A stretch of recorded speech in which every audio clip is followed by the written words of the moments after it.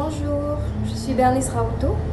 Je suis une jeune Gabonaise, détentrice d'une licence en gestion des ressources humaines et d'un BTS en communication des entreprises.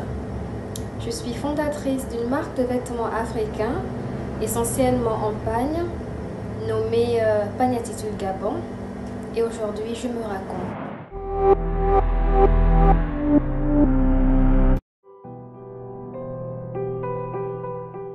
J'ai fait mon école primaire dans une école privée, laïque, une école conventionnée. J'ai fait mon lycée au lycée Joseph-Omboré à Varro.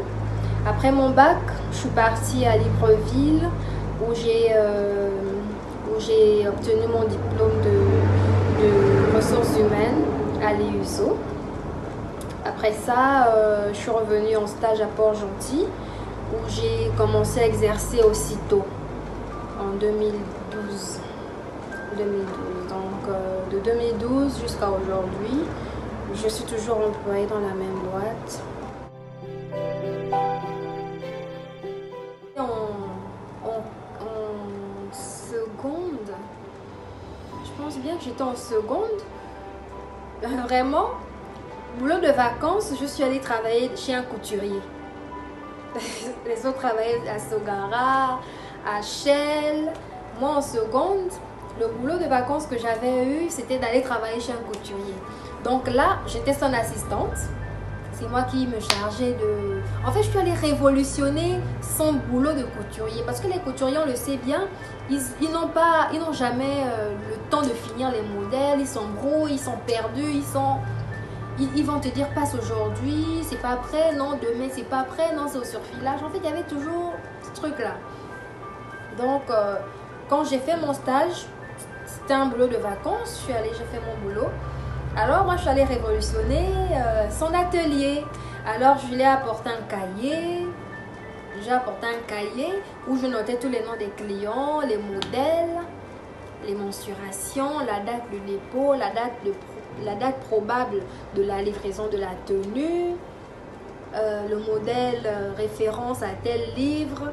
C'est maintenant que j'en parle là, que ça me revient, que vraiment qui l'aurait cru. Qui l'aurait cru. J'ai eu le déclic à ma deuxième grossesse. J'ai eu le déclic à ma deuxième grossesse. Mon fils, quand j'avais quand même pris du poids et je n'arrivais plus à porter mes pantalons, mes jupes, mes robes, tout était serré. Tout était serré.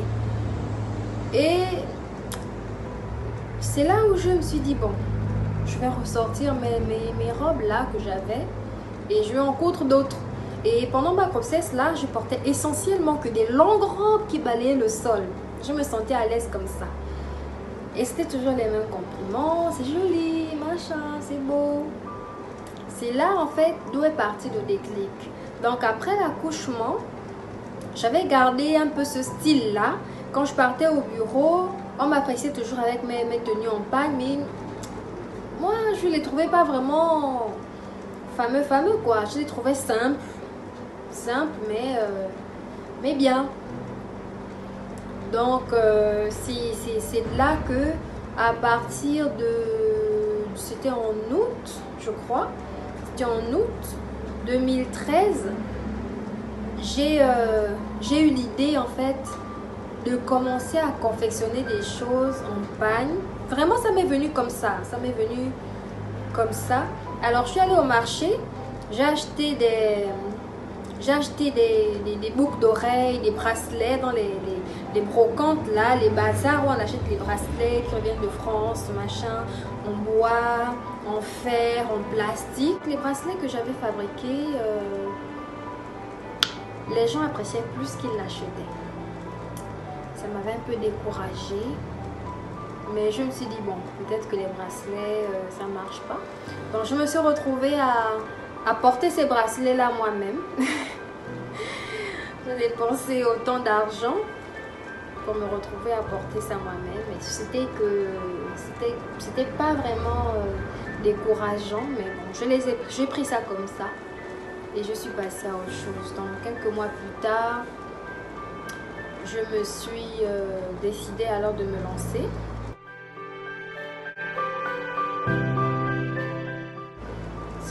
C'était arrivé comme ça un soir. J'ai mis un petit budget. J'ai mis un petit budget pour acheter, pour confectionner. À ce moment-là, je travaillais avec des couturiers de la Côte d'Ivoire. Ma toute première commande, je l'ai faite en Côte d'Ivoire. Donc, j'ai choisi le modèle, choisi les tissus. J'ai commencé et en attendant, j'ai créé la page Facebook. J'ai trouvé le nom. Donc, Pagnatitude, c'est un nom qui m'est venu comme ça. Je me suis dit, bon, Pagnatitude, pagne. Trouver un nom qui a un rapport avec le pagne et qui te permet un nom qui accroche en fait. Donc je suis tombée sur Pagnatitude et quand j'ai tapé Pagnatitude sur Facebook, ça existait déjà. Je dis ah ben, donc il y a des gens qui ont les mêmes idées. Donc pour faire la différence, j'ai ajouté Gabon, d'où le nom Pagnatitude Gabon. Alors tout allait bien, je vendais un peu de tout, les sacs, vêtements, chaussures, les accessoires, les boucles d'oreilles, les bracelets, et tout. Il me manquait quelque chose, mais je ne savais pas quoi. Alors pendant presque 6 mois, j'ai d'abord décidé de marquer une pause. J'étais en train de réfléchir, je n'avais plus vraiment cette motivation-là. Mais je ne voulais pas abandonner, mais c'est juste que la motivation me manquait. Et pendant le temps de pause là, j'ai des clients qui me relançaient toujours, mais pourquoi vous avez arrêté, il faut recommencer. J'ai aussi des amis qui demandaient, mais pourquoi tu ne fais plus Pagnatitude, pourquoi tu ne relances pas, pourquoi tu arrêtes. Il y a des gens qui demandent. Et je me rendais compte que malgré que j'étais pas active sur la page, malgré que je ne faisais plus grand chose, je n'arrêtais pas de recevoir toujours des commandes, je n'arrêtais pas de recevoir toujours des encouragements par rapport à ce que je fais. Et le nombre de j'aime sur la page ne faisait que grimper. Parce qu'à chaque fois les gens s'abonnaient, rentraient dans la messagerie pour commander. Et je me suis dit, bon, si je redémarre, il faudrait que j'amène un autre concept. Parce qu'au départ, lorsque je commandais, je fonctionnais sur commande. C'est-à-dire, je présente un modèle, la personne qui est intéressée commande, je fais l'avance, je fais la tenue, et dès que la tenue est prête, je fais la livraison. Mais j'étais butée en fait sur les délais de livraison, parce que comme on le sait bien, les tailleurs ne respectent pas les délais. C'est-à-dire, il te dit, bon, ce sera après mardi tu arrives, c'est pas prêt. Donc ça m'embêtait en fait de toujours devoir m'excuser auprès des clients par rapport à la demande, par rapport au délai. Alors là, j'avais recommencé avec un nouveau concept, c'est-à-dire je fais mon stock et c'est ce stock-là que je présente. Mais je fais maintenant le service sur mesure, c'est-à-dire si parmi les collections que j'ai publiées, parmi les vêtements que j'ai publiés, il y en a qui sont intéressés par un modèle bien précis, peut m'écrire en inbox pour me dire, bon voilà, j'aimerais telle tenue en telle taille. Alors moi à ce moment-là, c'est ce service sur mesure là que j'ai instauré depuis quelques mois. Donc, et ça marche très bien. Je suis vraiment satisfaite de ce que je fais. Et je suis vraiment contente quand j'ai des retours de mes clients, comme quoi ils sont satisfaits, la qualité est super. Alors, les journées type chez Pagnatitude, c'est le matin, quand j'arrive, je consulte les messages parce qu'il y a des clients qui écrivent dans la nuit. Il a découvert la page de la nuit, il écrit la nuit.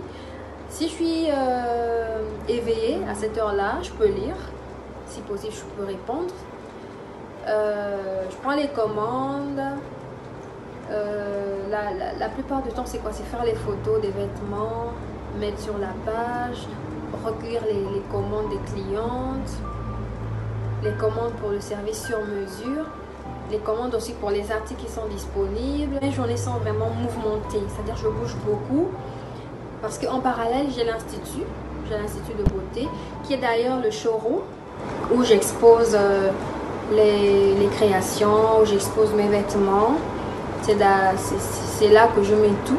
Donc je suis en parallèle entre l'institut Evanis Beauty et mon travail. Alors imaginez que mes journées sont vraiment chargées.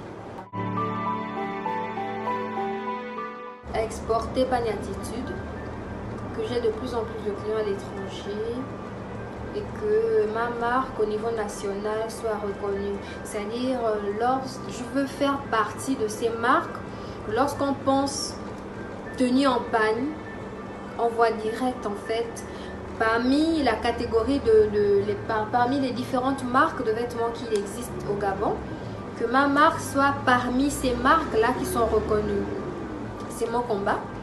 C'est mon combat de tous les jours. Alors c'est pour ça que je communique beaucoup. Je suis présente sur les réseaux sociaux. Je communique beaucoup pour essayer de faire connaître ma marque au plus grand nombre.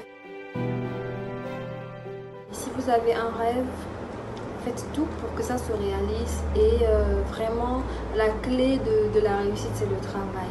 C'est vraiment, il n'y a rien que ça en fait, c'est le travail. C'est vraiment se mettre en tête que rien n'est facile, rien n'est facile. Dans toute chose, il y a toujours des obstacles. Et puis, il faut vraiment se mettre au travail et aimer aussi ce qu'on fait. Parce que si tu n'as pas l'amour, si tu le fais juste parce que tu veux de l'argent, ça peut marcher. Mais après ça, il faut vraiment aimer ce que tu fais pour pouvoir durer dans le long terme. Pour pouvoir avoir une marque ou une activité qui va jusqu'à aujourd'hui. J'ai 7 ans parce que j'ai commencé en 2013, en 2020. Ça fait 7 ans que je suis là, donc ça fait... j'ai eu des hauts, j'ai eu des bas, j'ai abandonné, j'ai recommencé, j'ai redynamisé. Je suis même arrivée à un moment où j'ai voulu changer le nom. Rien n'est facile. Je vous encourage à vous, mes frères qui voulaient se vous lancer aussi dans ce domaine. C'est travailler, travailler, travailler, travailler. Aimer ce qu'on fait, c'est tout.